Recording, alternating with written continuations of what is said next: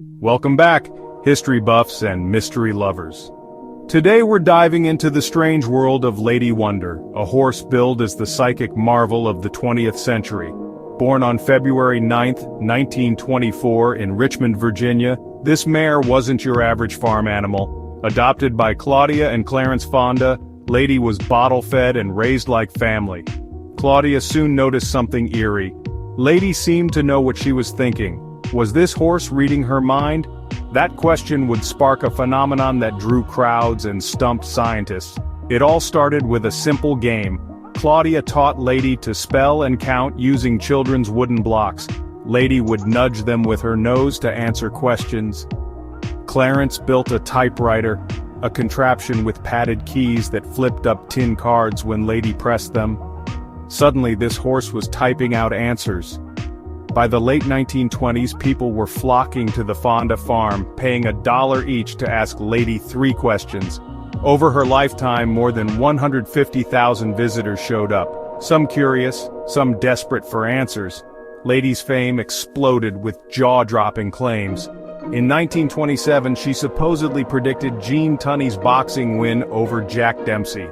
Then came the crime stories. In 1951, a missing boy named Danny Matson had police stumped in Quincy, Massachusetts.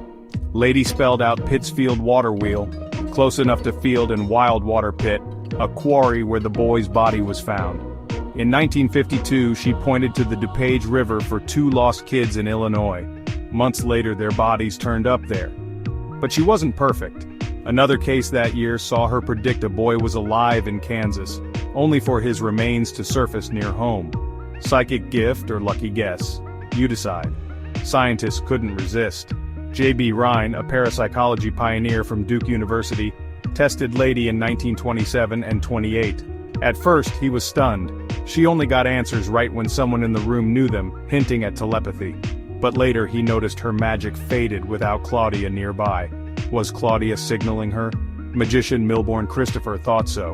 In 1956, he watched Claudia wield a whip, and figured Lady's sharp peripheral vision picked up subtle cues, a classic mentalist trick.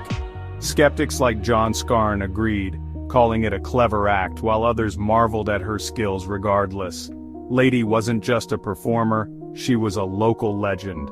When Richmond annexed the Fonda's land in 1942, the city slapped a $50 annual fee on her as a trained and educated horse.